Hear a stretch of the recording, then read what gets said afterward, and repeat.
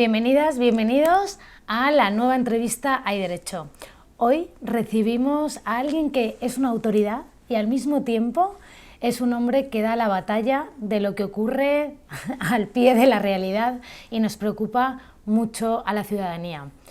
Hoy en Hay Derecho tenemos a Joan Llinares, que es el director de la Agencia Valenciana Antifraude, una agencia que recientemente ha sido considerada buena práctica de referencia en España por la Comisión Europea. Bienvenido, Joan. Gracias, Safira. Un placer estar con vosotras. Lo primero que quiero preguntarte precisamente es que nos puedas contar tú, en primera persona, quién es Joan Llinares. Bueno, yo soy un servidor público con más de 40 años al servicio de las diferentes administraciones públicas. Procedo de un cuerpo que es el Cuerpo de Secretarios, Interventores y Tesoreros, y he tenido diversos destinos. Pasé a la gestión cultural a finales de los 80, como administrador técnico primero y administrador después del Instituto Valenciano de Arte Moderno. Fue una etapa maravillosa porque se creó el museo en aquella época y hay personas pues que tienes un recuerdo y una añoranza, como Carmen Alborg, que fue una de las directoras del instituto, del museo, del IBAM, y luego pasé a principios de los 2000 al Museo Nacional de Arte de Cataluña, donde en cierta manera proyecté aquello que había venido haciendo en el IBAM, y estuve allí pues de gerente hasta 2009, que es cuando salta el escándalo del Palau de la Música, con un primer espectáculo que para aquellos que estábamos gestionando la cultura pues nos sorprendió muy desagradablemente, que fue la entrada de la policía en una institución centenaria como el Palau de la Música, porque se habían descubierto irregularidades. Con la destitución de toda la cúpula asumí la dirección ejecutiva del Palau de la Música, con una función que era la de saber qué había pasado, reorganizar la institución y poner las bases para que no volviera a ocurrir nunca más. Estuve 18 meses allí y bueno, y allí pues pudimos, para sorpresa de todos, pues encontrar las pruebas que acreditaban lo del famoso 3%. Que no era el 3% allí, era el 4%, porque el 1% se lo quedaba Félix Millet y su mano derecha. Y luego, bueno, terminé volviendo al IBAM en una época también muy convulsa. Durante 10 años había sido directora de aquel instituto que yo quería tantísimo, pues un personaje tenebroso como es la señora Consuelo Ciscar, que ha sido condenada por malversación a raíz de la auditoría que hicimos allí también. Fue una auditoría complicada, hecha también con la intervención de la Generalitat, o sea que yo procuré que esta tarea no hubiera un conflicto de interés, pero sí que fui el que la tuvo que llevar al juzgado, porque no la llevaba nadie. Como servidor público vas de ojo del huracán a ojo del huracán, bueno, de alguna manera, ¿no? Sí, no lo he buscado, o sea, han sido situaciones, aunque cuando acepté volver como administrador del IBAM, donde yo soy allí, estoy en excedencia en esa institución, y volví, sí que creía que íbamos a encontrarnos con cosas gordas, porque había sido tan evidente aquella gestión tan destructiva para un museo que había sido un ejemplo como el IBAM, que sí que esperaba que íbamos a encontrar cosas, como efectivamente se encontraron. Acabas de decir, había sido tan evidente. ¿Cómo es posible que, habiendo situaciones en las que la corrupción es tan evidente, sin embargo se hayan mantenido tanto en el tiempo? ¿Cuál es el problema de la corrupción en España? El problema de la corrupción en España es que hasta que llega la crisis provocada por el gran desastre inmobiliario del 2008, la gran crisis que pasará a la historia, hasta que llega ese estallido que hace reflexionar a muchísimas personas, algunas de ellas sufriendo las consecuencias de la crisis, hasta ese momento la corrupción era algo normal, se consideraba algo normal. y se vivía como parte del funcionamiento de todo. Pero no estoy diciendo que esto formara parte de una cultura popular, era una actitud de todas las estancias.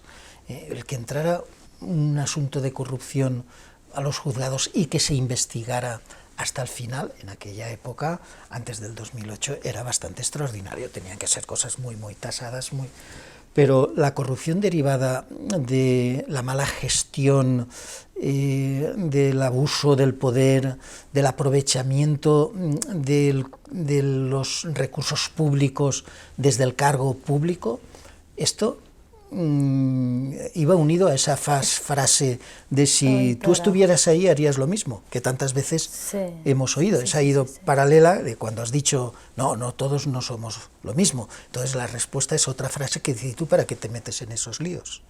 ¿Sabes? Son frases que todos hemos oído y que expresan lo que ha sido una filosofía de la vida, donde la corrupción ha formado parte de la normalidad.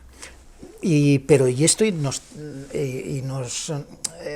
retrocederíamos a siglos, ¿no? En la historia del siglo XIX en temas de corrupción es brutal, ¿no? Y cómo todo está encadenado y llegamos al siglo XX arrastrando exactamente esas estructuras de poder corruptas que todo lo controlan, ¿no? Y que cuando hay personas que intentan modernizar o que intentan que prevalezca el Estado de Derecho por encima de cualquier interés particular, pues se han encontrado con muchísimos problemas. ¿Cuáles son precisamente para salvar esos problemas, para afrontar y ser capaces de investigar la corrupción, de evidenciarla, de perseguirla? ¿Cuál es el reto? Y desde la Agencia Valenciana Antifraude, al frente de la cual estás desde 2017, ¿qué estrategias utilizáis para afrontar la lucha contra el fraude? La agencia es el resultado en sí mismo de una estrategia que se produce de dónde veníamos, de la situación que estaba la Comunidad Valenciana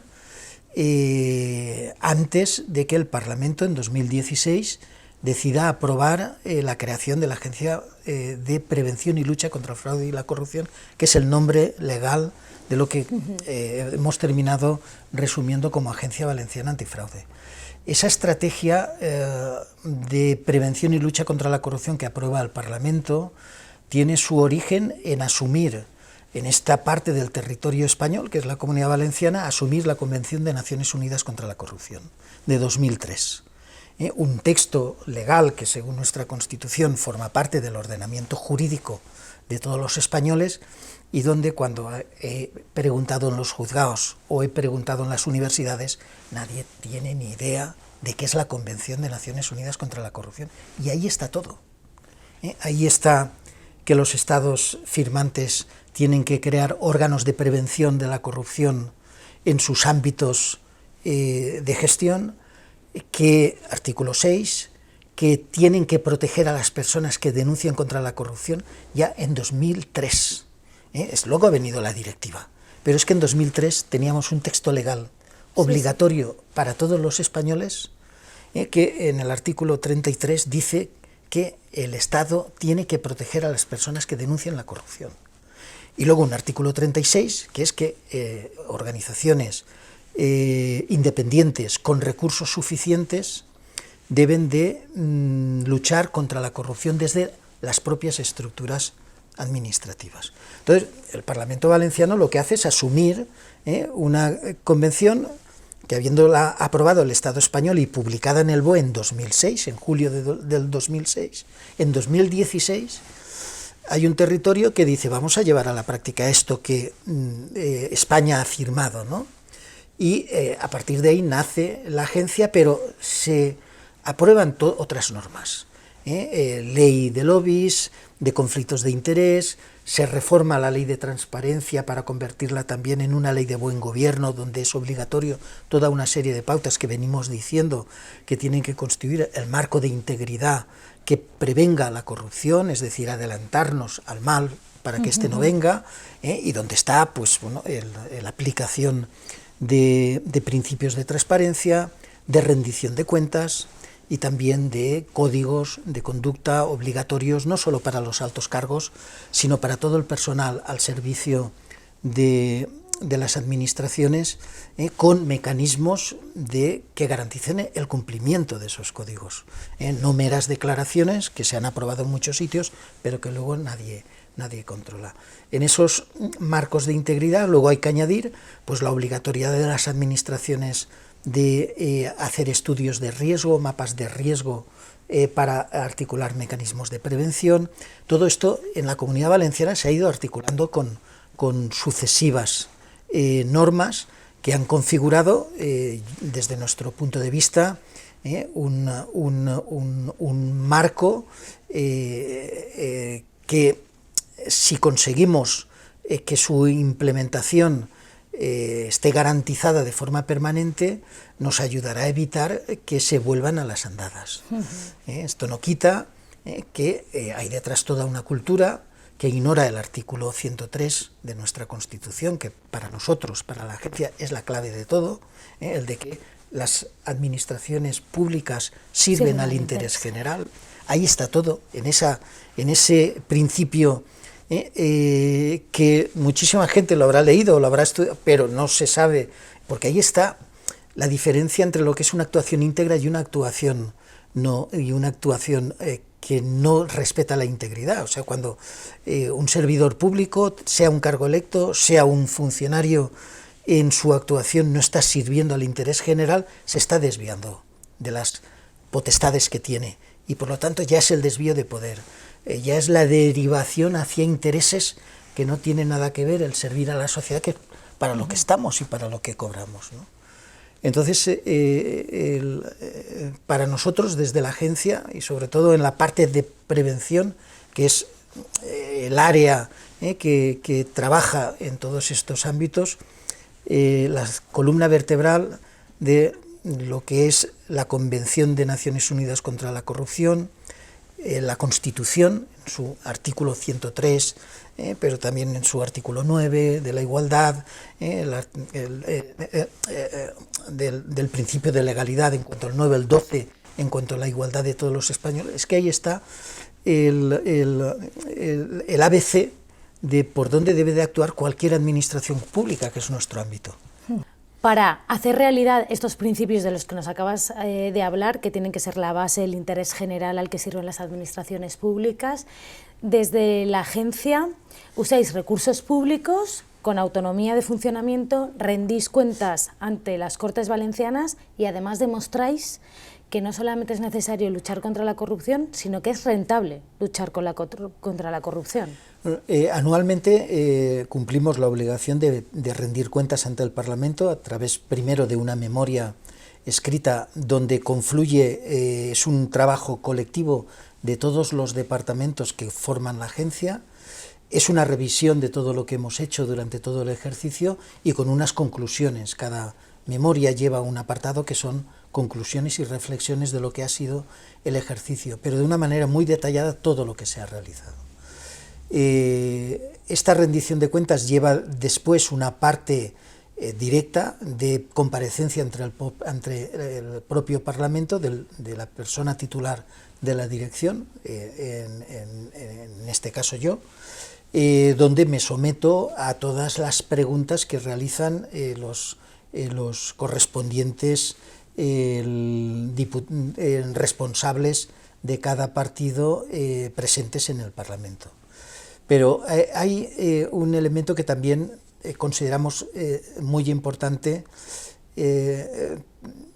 para ser fieles a lo que es el párrafo con el que empieza nuestra ley en el preámbulo, y es el que la participación ciudadana es fundamental para la lucha contra la corrupción. Entonces, una de las cosas que pusimos en marcha en la agencia fue el de convocar a las organizaciones cívicas para crear un foro que llamamos Consejo de Participación Ciudadana, donde está la representación de entidades tanto de ámbito valenciano como también de ámbito nacional y internacional, y donde la agencia también rinde cuentas. El director, los responsables de cada área comparecen ante este consejo y hacen rendición de cuentas también, y nos sometemos, aparte de la fluidez que pueda haber en cuanto al compartir actividades, Pero si hay un dato que creo que es importante destacar, sobre todo porque en los inicios de la agencia pues apareció aquello, esto es otro chiringuito, esto es otra... la etapa de arranque de la agencia fue muy particular y no vamos a perdernos en anécdotas, pero esta de que esto es otro chiringuito que se ha creado era muy habitual. Bueno, nosotros introducimos dentro de esta rendición de cuentas lo que cuesta el funcionamiento de la agencia y los importes económicos aflorados a partir de la acción de investigación, que es una parte de las funciones que tiene la agencia. Y entonces sacamos una ratio. Y esa ratio la quiero escuchar. Pues mire, el chiringuito cuesta 3 millones de euros y en el 2022 han aflorado 5,5 millones de euros resultado de la actividad. Por lo tanto, la ratio que tenemos es casi de que por cada euro invertido hemos recuperado casi 2. Por lo tanto, el año anterior fue mucha mayor la cantidad, pero porque solo un ayuntamiento detectamos una irregularidad cuyo importe eran 21 millones de euros.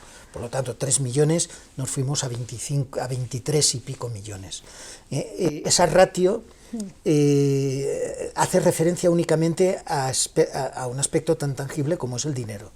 Pero luego hay todos los aspectos que no son tangibles, es decir, la propia existencia de la agencia es un elemento disuasorio, es un elemento que sirve para los buenos funcionarios reforzar sus advertencias en materia de legalidad, en materia de control de las finanzas públicas, con aquello de, mire, es que si esto no se hace bien, se irá a la agencia antifraude, ¿sabes? Ese elemento disuasorio es muy difícil de calibrarlo en el dinero cuánto vale, pero te puedo asegurar que funciona. El año pasado fueron 75 los expedientes de investigación, de los cuales más de 60, no te sabría decir ahora el número exacto, las administraciones admiten los resultados de esos expedientes de investigación, y en aquellas que se detecta que ha habido perjuicio para el interés patrimonial o económico de la administración, ponen en marcha los mecanismos correspondientes para recuperar. Y luego hay una pequeña parte de administraciones, diríamos, que se resisten y que nosotros o bien llevamos al Tribunal de Cuentas o bien planteamos a cualquier organismo que sí que tenga un poder de reclamación cuando esto se realiza. O sencillamente lo que dice nuestra ley y nuestro reglamento, que hay que llevarlo al Parlamento y que el Parlamento lo sepa, y que la sociedad lo sepa, ¿no? Un poco esa visión anglosajona, ¿no? De name and shame, ¿no? De nombrar y que se avergüencen, ¿no? Pues esa función aunque también. Donde veis que puede haber responsabilidades penales, sí que lo deriváis a Fiscalía. Esto es otra cuestión, pero vamos, para que quienes no la agencia, están familiarizados con el funcionamiento... Cuando lo que se detecta es una conducta que cruza el umbral del Código Penal, la agencia interrumpe sus investigaciones y todo lo actuado se lleva a la Fiscalía o al juzgado. Entonces, a partir de ahí, la agencia se convierte en un órgano de colaboración con la justicia. Para que la agencia pueda actuar en sus investigaciones, tiene que haber una información previa que le llega. Y ahí viene la colación las personas que informan o que alertan de posibles malas prácticas o de prácticas incluso directamente que son constitutivas de corrupción, lo que llamamos los informantes, denunciantes, alertadores. Desde la agencia lleváis desde 2017 protegiendo a personas que han denunciado corrupción. ¿Qué necesitan los denunciantes de corrupción? Bueno, el primer nivel de protección de cualquier persona que detecta una conducta que pueda ser constitutiva de fraude o corrupción, el primer apoyo que necesita es la información, es el asesoramiento jurídico. Entonces, ese asesoramiento legal, la agencia lo ofrece a cualquier persona que ante una tesitura de si esto que estoy viendo o esto que está ocurriendo en mi administración, en mi empresa pública, en mi institución, no está bien, es un desvío de poder, es una incorrección, nos puede dar lugar a responsabilidades. Lo primero que hace la agencia es atender a las dudas que esta persona pueda tener, para que actúe en consecuencia. Entonces esto se puede convertir en una denuncia. Para la denuncia tenemos unos canales. Desde el 2018 funciona el buzón electrónico en la web de la agencia.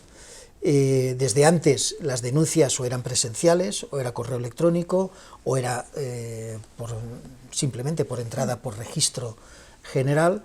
Ahora se admiten todas estas mismas fórmulas, pero el buzón se ha convertido en el 89% de las denuncias que entran por la vía electrónica, por la vía del buzón, porque entre otras particularidades de este buzón es que siempre ha permitido la opción de o bien identificarte o bien utilizar el anonimato.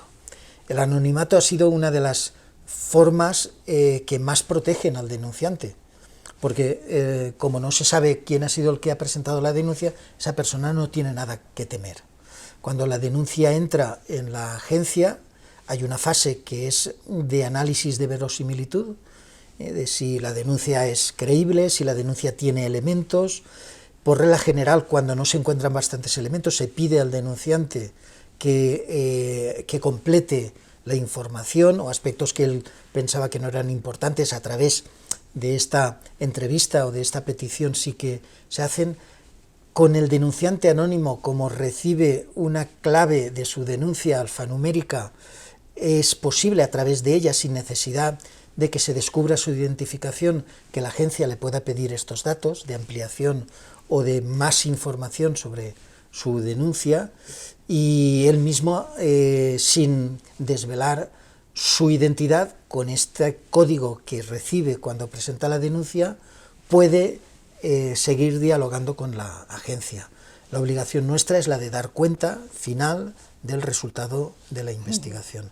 Todo esto que ponemos en marcha a finales del 2017 ha sido lo que vino a recoger la directiva Whistleblower de 2019, que ya 1937. En la Comunidad Valenciana se había implementado antes, igual que en alguna otra comunidad autónoma, y que ahora ha dado lugar a la ley aprobada en febrero de este año 2023 de transposición de esa directiva, ¿no? Bueno, pues de protección a quienes informan de infracciones normativas, yéndonos a su denominación oficial.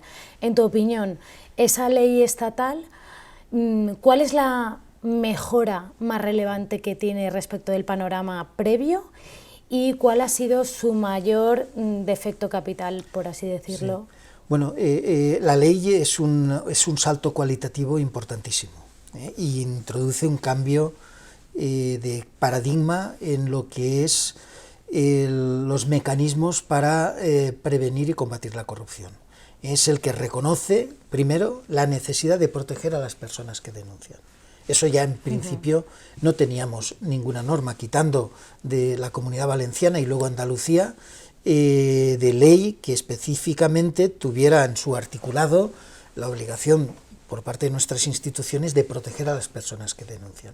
Ahora esto pasa a ser una obligación a nivel de todo el Estado, a nivel de toda España. Esto ya es muy importante. Ahora, a mí me hubiera gustado que la ley 2 del 23 de transposición de la directiva Whistleblower hubiera aprovechado parte de la experiencia que nosotros arrastrábamos desde bastantes años atrás. Sobre todo en que al denunciante no le puedes poner plazos para el tiempo en el que va a estar protegido. que la ley lo plantea, aunque luego esto permite se matizó la prórroga. Y permite la prórroga. Al denunciante hay que protegerlo mientras exista el riesgo de que sufra represalias, y punto. Porque estas represalias vienen a veces mucho después de la denuncia. Y vienen a lo mejor en sitios que no tienen nada que ver donde tú has puesto la denuncia. Yo me intenté reincorporar a mi cuerpo después de lo del Palau de la Música, y durante un año estuve intentando que era volver a un ayuntamiento, ocupar vacantes para mi nombramiento interino, hasta que el concurso me asignara una plaza. No fue posible, porque primero una Dirección General de Administración Local, que tiene la obligación de, ante una vacante y un funcionario que pide el reingreso, nombrarlo, renuncia a esto por una mala praxis instalada, yo no sé si solo en la Comunidad Valenciana, pero me temo que instalada a nivel general, que es la de que si quieres el nombramiento como secretario interino, como interventor o como secretario interventor, ve y habla con el alcalde, y si él lo autoriza, entonces te haremos el nombramiento. Esto es una perversión. Esto es promover desde la instancias que deberían de estar garantizando que los órganos de control funcionen, una dimisión absoluta de esto. Bueno, pues esto yo lo viví, ¿no? No había manera, o sea, primero esa dejación, pero luego sí, fui a ayuntamientos donde estaban las vacantes, nunca conseguí esto. ¿Qué arrastraba yo? Lo del Palau de la Música. Ya era la época donde ponías el nombre en Google, automáticamente salía. Entonces, estas represalias no es en el lugar y en el momento en las que puedas, que sí, que también, es que se pueden, tienen muchas formas de generarse, y por mecanismos donde no, sencillamente el que te represalia no es el que has denunciado, es alguien que no te quiere como funcionario público, ¿no?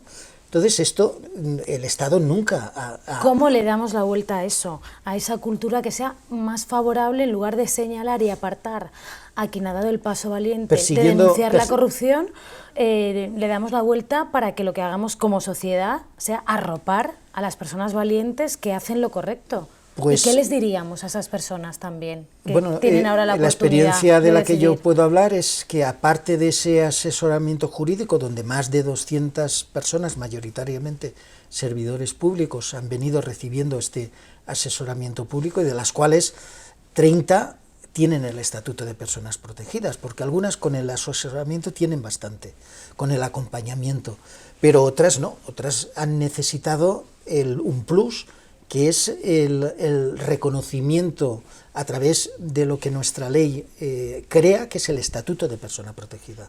Entonces, con este estatuto nosotros advertimos a las administraciones o las empresas donde estas personas están desarrollando su actividad que cualquier represalia tendrá una reacción por parte de la agencia que puede ser en forma de sanción, y tenemos legalmente otorgada la potestad de imponer multas de hasta 400.000 euros. La ley 2 del 2023, que en este aspecto también establece un capítulo de sanciones, y puede imponer hasta 1 millón de euros en el caso... Es la nueva ley estatal, para quienes nos escuchan. De protección de las personas denunciantes, para cuando se trate de personas físicas, personas jurídicas. Hasta 300.000 a las personas físicas y hasta 1 millón de euros para faltas muy graves, donde está el haber... Entre otras las represalias o no colaborar con la autoridad que está investigando. Entonces, la ley 2 del 2023 construye ya un cuerpo legal de obligado cumplimiento para todo, y de observancia también para los tribunales, donde muchas veces los denunciantes han intentado encontrar amparo, y con lo que se han encontrado en su vida profesional como empleados públicos, con expedientes sancionadores, con persecuciones, y donde ha sido muy difícil darles ese amparo, porque legalmente esto no estaba reconocido, y de ahí la directiva del 2019 que imponía a todos los estados, y al español entre ellos, que tenían que construir este cuerpo legal. Esta es la parte, diríamos, positiva que trae la Ley 2 del 2023, con defectos que yo creo que son subsanables a través de modificaciones puntuales que se pueden aprovechar los mecanismos habituales para hacer estas modificaciones. Nos toca ir concluyendo y para eso me gustaría, Joan, que nos dijeras si de ti dependiera, ¿cuál sería el cambio que priorizarías para combatir el fraude y la corrupción?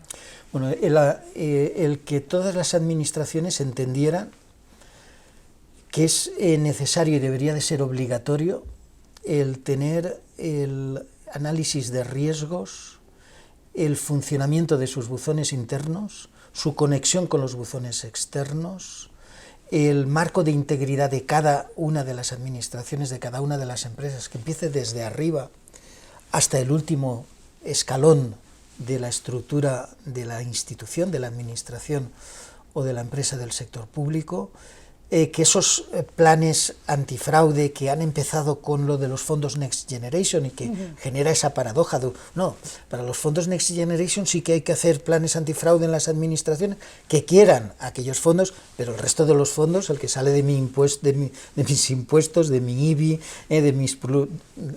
para eso no hay que generar planes antifraude. Bueno, pues el reto está en que los planes antifraude que nosotros desde la agencia ampliamos a planes de integridad pública esté en cada una y en todas de las administraciones públicas y de las entidades del sector público, que no son administraciones, pero que manejan a veces muchísimos más fondos que las propias administraciones.